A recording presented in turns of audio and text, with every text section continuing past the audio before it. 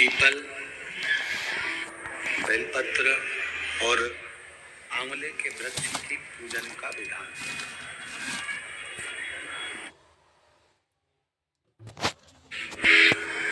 तीन दिवसीय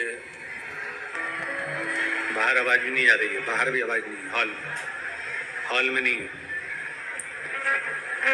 3 दिवसीय शिव चर्चा में कल अपन ने कथा में श्रवण किया कि भगवान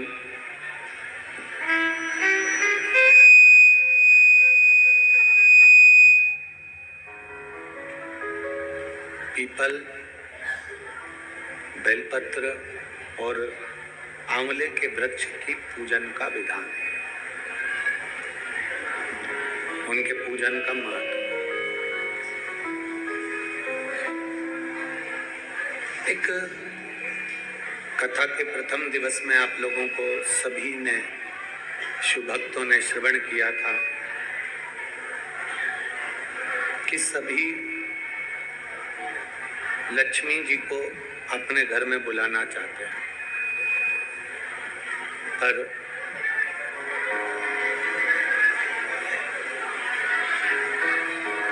सभी माता लक्ष्मी को अपने घर में बुलाना चाहते हैं, पर कोई लक्ष्मी जी से पूछे कि वो कहाँ जाना चाहेंगे।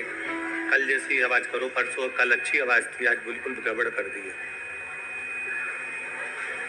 कोई माता लक्ष्मी जी से पूछे कि वो कहाँ जाना चाहती है,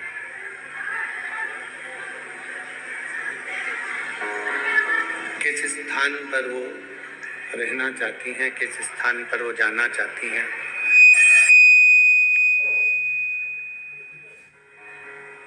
किस स्थान पर वो रहना चाहेंगी, किस स्थान पर वो जाना चाहेंगी।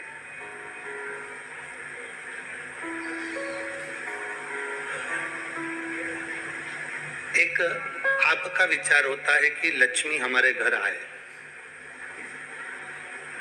महालक्ष्मी हमारे घर में प्रवेश करे।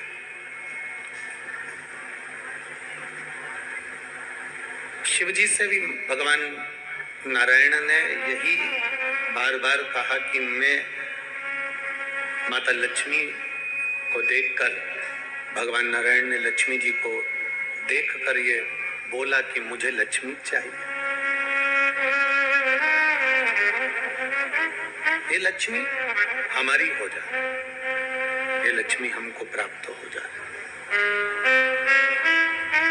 ये स्वयं भगवान नारायण भी भगवान शंकर से कहते हैं कि लक्ष्मी हमें प्राप्त हो, ये लक्ष्मी हमें मिले।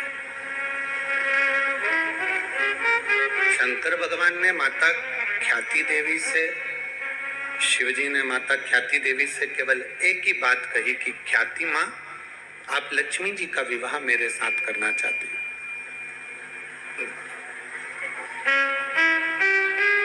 आप लक्ष्मी जी को मुझे परणाना चाहती हो, मेरे साथ में विवाह करना चाहती हो, पर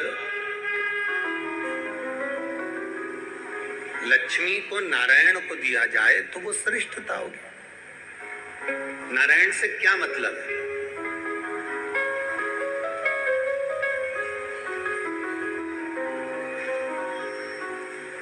शिव महापुराण में भगवान शिव पंचायत के अंदर सूर्य नारायण भगवान बैठे हैं, शिव पंचायत के अंदर माँ दुर्गा भवानी बैठी हैं, शिव महापंचायत के अंतर्गत भगवान श्री गणेश जी बैठे हैं, शिव महापंचायत के अंतर्गत स्वयं शंकर बैठे हैं, शिव महापंचायत के अंतर्गत स्वयं भगवान नारायण बैठे हैं, भगवान विष्णु बैठे हैं।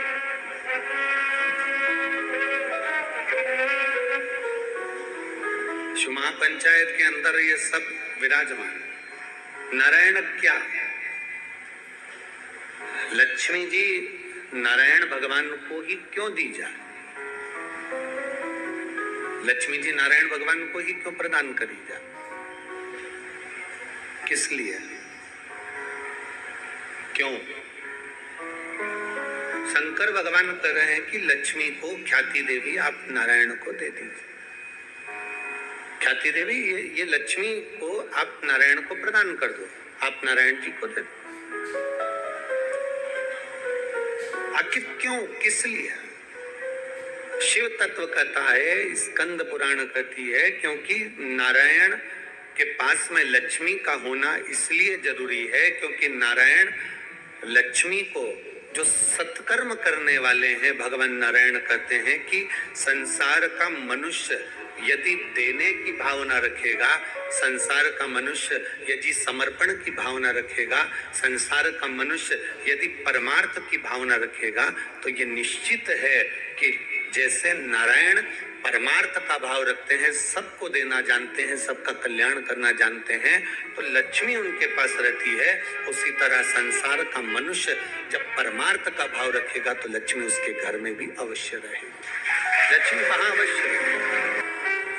परमार्थ के भाव में, समर्पण के भाव में, जो हमारे हृदय का भाव है, हम भगवान को जो कुछ समर्पित करें, भाव से हम जो देते हैं, लक्ष्मी हमारे घर में प्रवेश कर जाती है।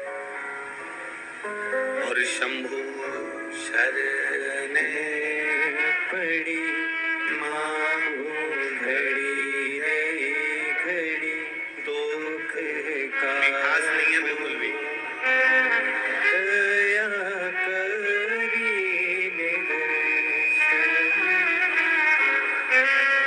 शंभु शरणे पड़ी मांगू घड़ी रे घड़ी, दुख काटो दया करीने दर्शन आना। एक परमात्मा का, परमार्थ का जो भाव हो, देने का जो भाव हो, उसमें जो आनंद है, वो आनंद कहीं नहीं। शिव तत्व कहता है, भगवान शंकर की पवित्र कथा कहती है कि 5 जगह से अशांति हमारे घर में प्रवेश करती है। 5 जगह से अशांति हमारे घर में आती है, 5 जगह से अशांति हमारे घर में प्रवेश करती है। 5 जगह से अशांति हमारे घर में प्रवेश कर रही होती है। पहला है संसार से, दूसरा है संपत्ति से, तीसरा है संबंधों से, चौथा है स्वास्थ्य से, और 5वां है संतान से।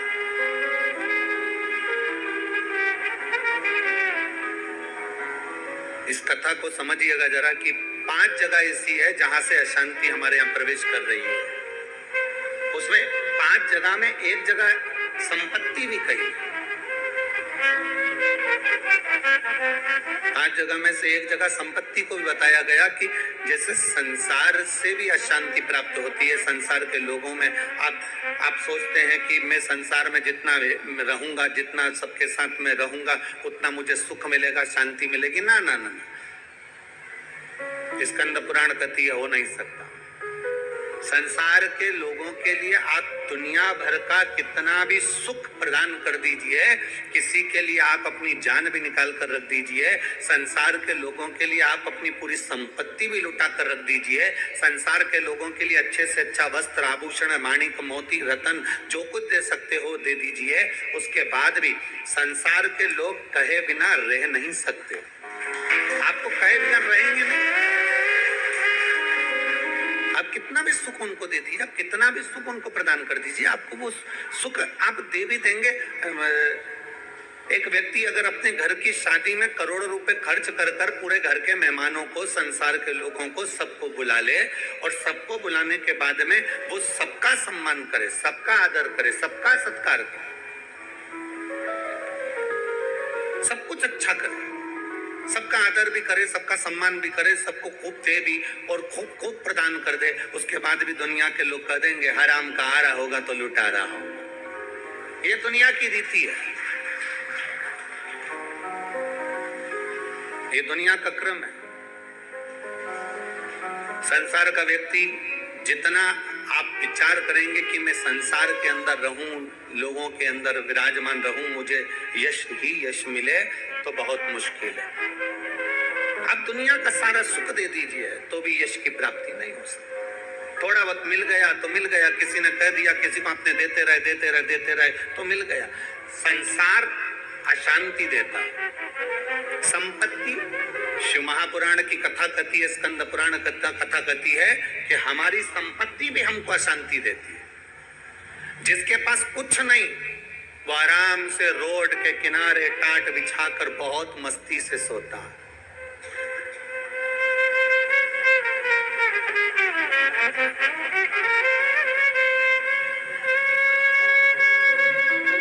और जिसके पास में बहुत कुछ है, सारी संपदा भरी पड़ी हुई है, सारी दौलत भरी पड़ी हुई है, सुंदर बंगला है, डनलप का गद्दा है, एसी भी लगा है, पलंग भी लगा है, नौकर चाकर सब कुछ लगे, सब कुछ, तो भी उसको नींद नहीं आती है। कितना सुंदर कहा गया शिव महापुराण के अंतर्गत, कितनी सुंदर बात कही गई कि शिव महापुराण की कथा, कई लोग कहते हैं गुरुजी आपकी कथा होती है तो वहां 1 किलोमीटर दूर तो गाड़ी रोक दी जाती है। शिव महापुराण की कथा होती है तो पैदल चलकर बहुत दूर तक जाना पड़ता है, बहुत दूर तक।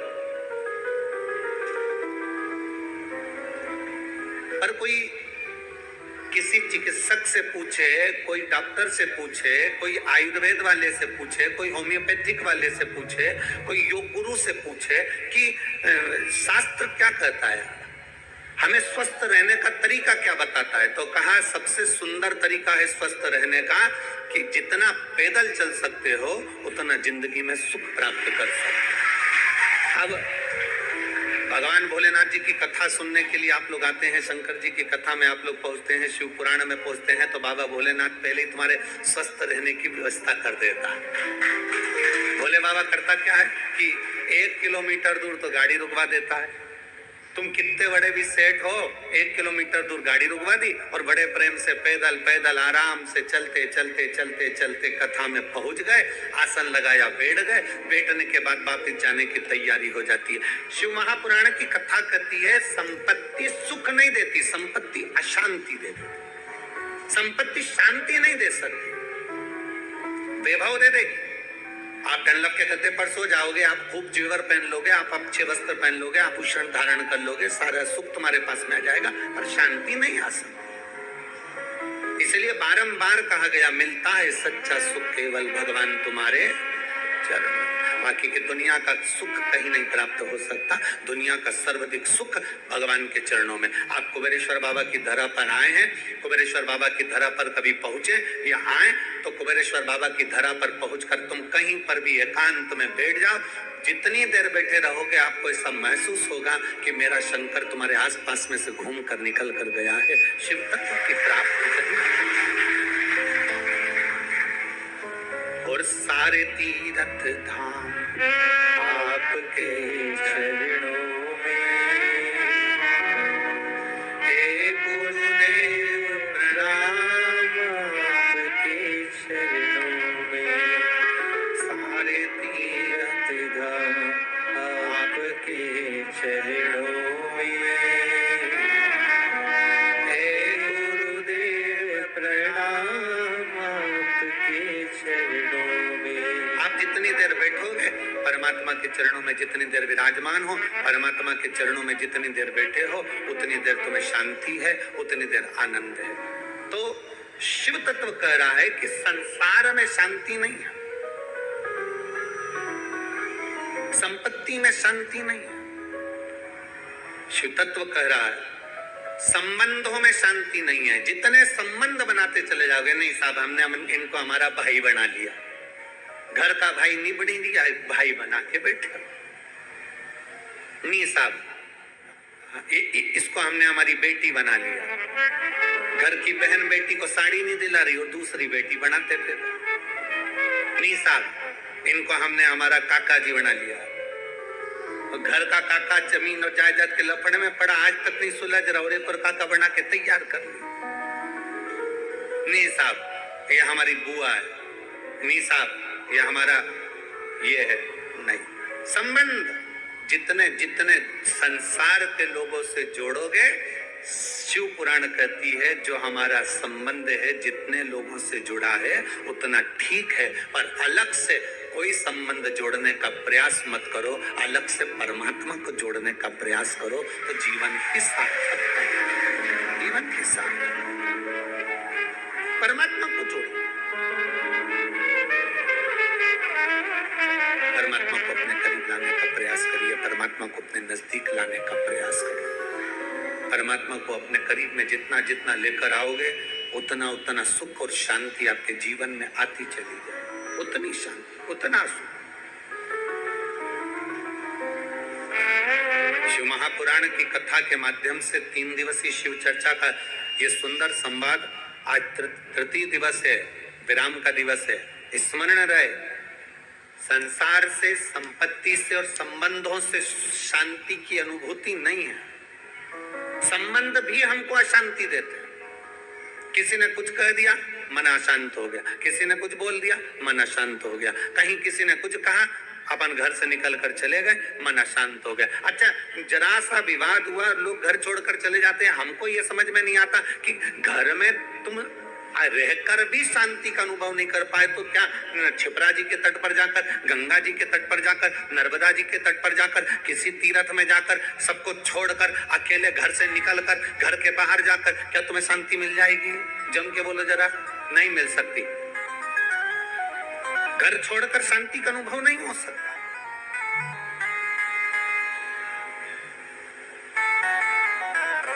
संसार ने अशांति दी, संपत्ति ने अशांति दी, संबंधों ने अशांति दी, फिर अगली अशांति दी स्वास्थ्य ने।